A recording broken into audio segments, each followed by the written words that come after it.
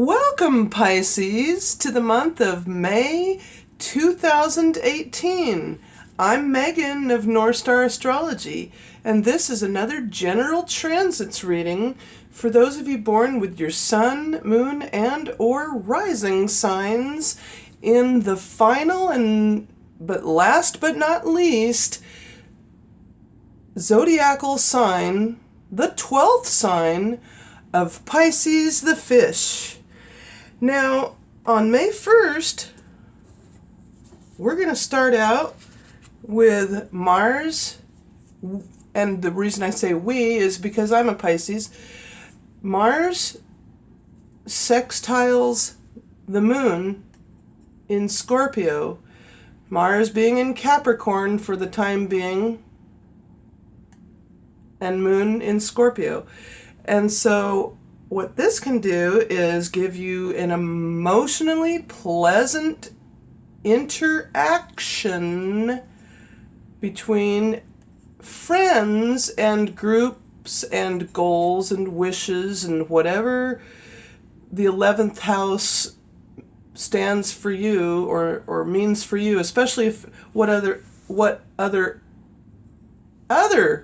planets you have in your 11th house natally. So, but mind you, this is just a general reading, so this is for everyone that has sun, moon, and rising sign in Pisces. So with this sextile, though, it will give you an emotionally pleasant interaction and give you the ability to manifest in a big way a long-distance trip.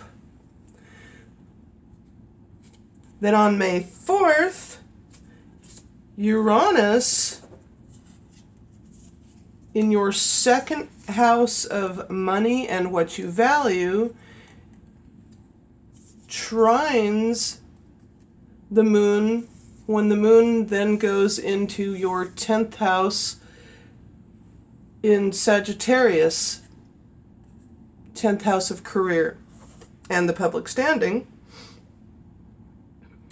And on May 6th, and also, by the way, this stands for sudden promotional opportunities, communications therein with money and everything. Then on May 6th, Uranus squares the moon when the moon goes into Capricorn, into your 11th house of friendships. So now with your friendships and or maybe any group events, you may have a bit of nervousness, or shyness, but don't let that deter you, because that may not be the case for you. Then, on May 8th, the last quarter moon happens in your naturally residing 12th house of the subconscious mind and dreams at 17 degrees Aquarius, 27 minutes. And the following day, on May 9th, Uranus sextiles the moon. So now from your 12th to your second houses, you now have the ability to tap into your subconscious mind and wrap up any last quarter moon phase projects, financial projects, and or any kind of last minute trifling details. That's what this sextile can give you, very pleasant energy to do that with. Then on May 11th, Mars sextiles the moon when the moon enters the sign of Pisces in your first house of the physical body and the self. So now the moon coming into your first house, sextiling Mars in your 11th house of friendships. This gives you then, at 12 hours and 41 minutes, this gives you then a very emotionally pleasant sense of well-being of the self and the body, as people will see you as fluid and beautiful.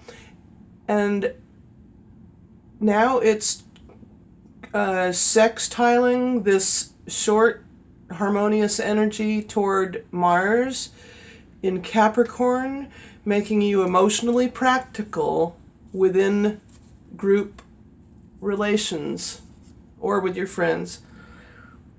Then on May 13th, Mercury moves out of Aries and into Taurus, into your third house of communications. And so now you have the ability to communicate concretely and not be so impulsively, maybe possibly scattered in your thinking, but now it's a stable mindset. Then on and also on May 13th, the moon then enters your second house of money and conjuncts Uranus.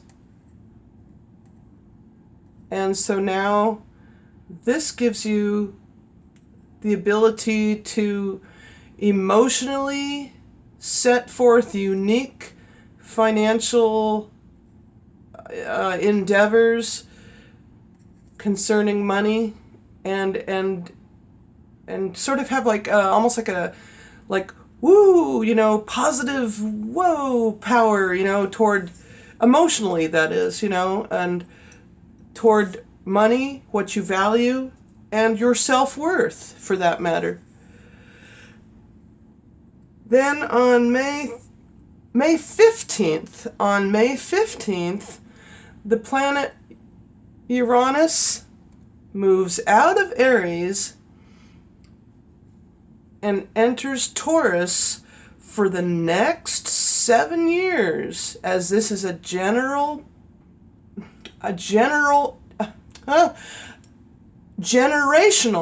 planet, as it is an furthest out, or not the furthest out, but close to it, planet. And once it transits for 7 years in your third house of communications, you will have electric sparks of intuitive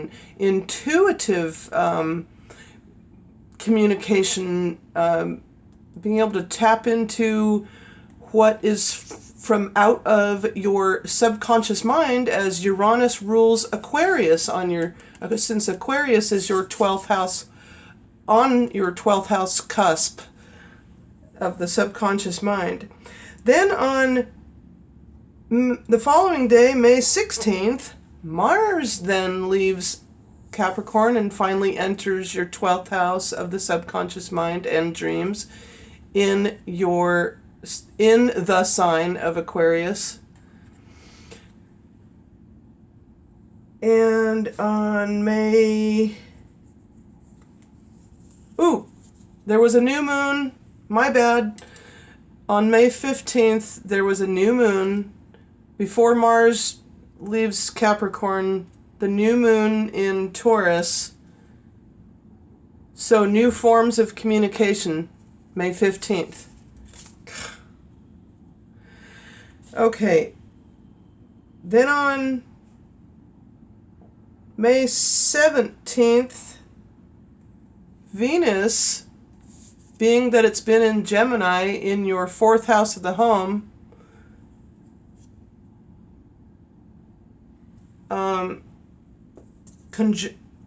conjuncts the moon once the moon moves into your 4th house of the home. Now you'll have an emotionally pleasant time within your home. Maybe be able to redecorate it. Loving emotionally the setting of your home. Wanting to be maybe a little bit more isolated at this time, but not in a bad way.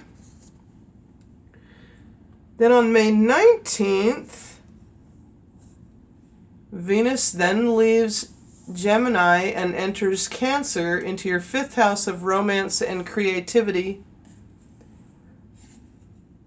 And what this does for you is makes you really attractive, because I know I have my Venus in Aquarius in my 5th house of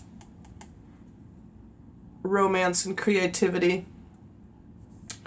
Matter of fact, Princess Diana had her Venus in the 5th house, and actor Richard Chamberlain, Venus in the 5th house. Then on May 21st, the Sun leaves Taurus and enters your 4th house and into the sign of Gemini for the remainder of the month.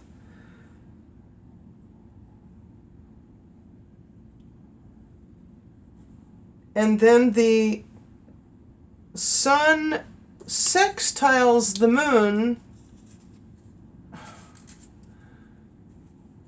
once the Moon comes round into Leo, joining in with the North Node of the Moon in Leo.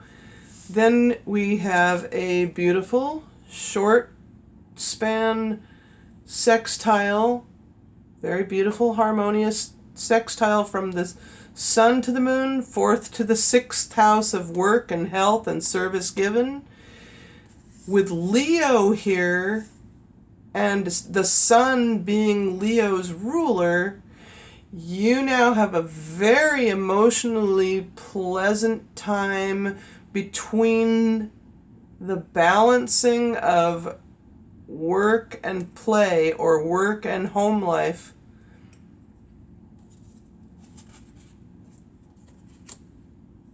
Then on July 21st as well,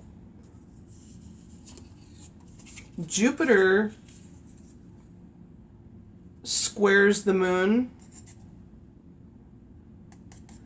and from your 6th to your 9th house of higher education, philosophy, law, long distance journeys. And so here you may do your work abroad. You may actually have to travel for your work and not really like it all that much because it could be stressful. This is only indicating a stress between work and the 9th house. Then on May 22nd, the first quarter moon occurs in your 7th house of others and business partners or significant others in relationships, all others. This is the house of you or the self. This is the house of others. And so now with the first quarter moon phasing out of that new moon that I absent-mindedly bypassed accidentally. Okay, you now have this first quarter still trailing out of new moon feelings and coming through your 7th house at 1 degree 2 minutes Virgo.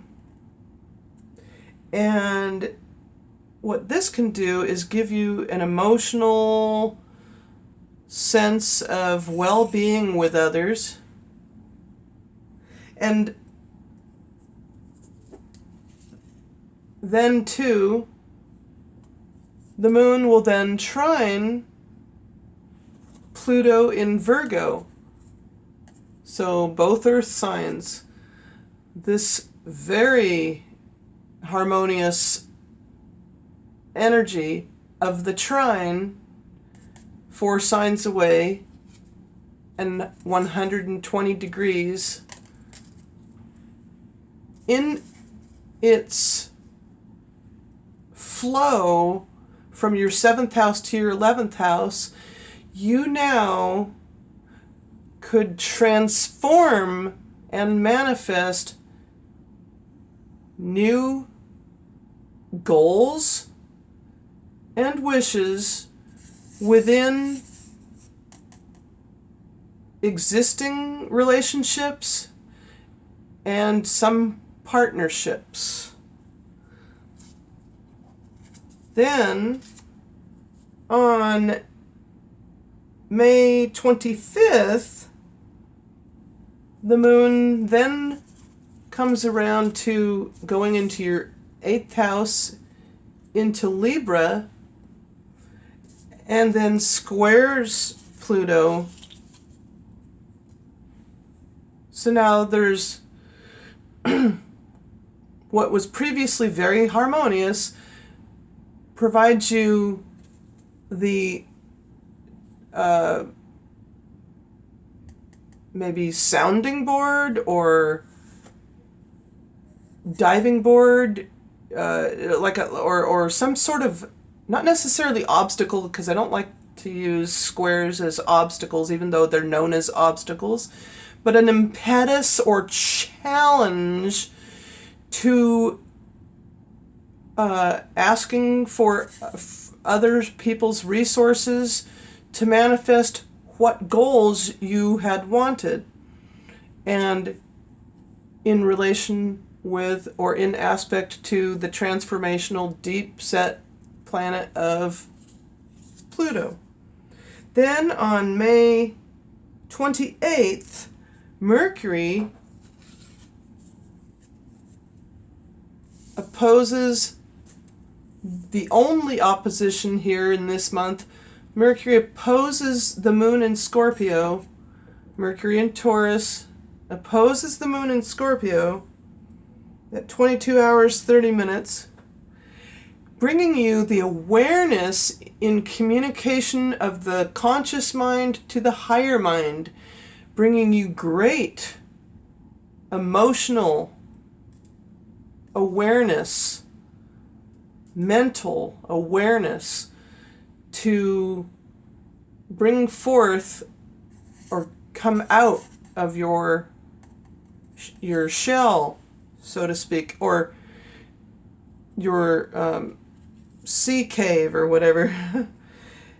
Then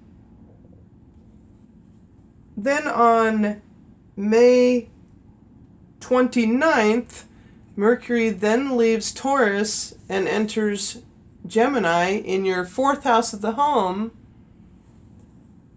at 22 hours and 30 minutes.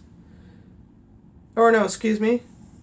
I didn't indicate that. No, that's not at 22 hours and 30 minutes. But anyhow, the moon then becomes full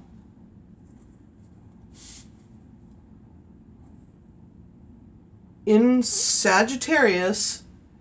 You'll have a full moon in the 10th house of career and public standing in this also figurative opposition as any sun and moon do oppose. Then finally, on the very final day of May 30th, Neptune squares the moon, and Neptune in your first house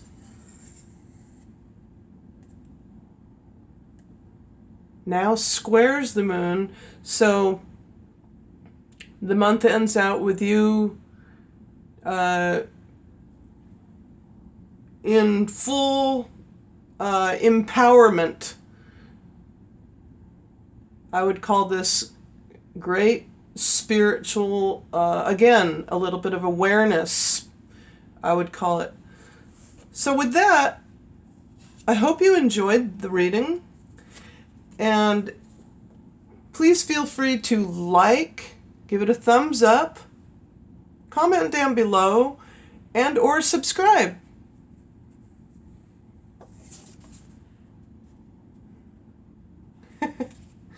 Okay, thank you so much for your time, and I'll see you next month.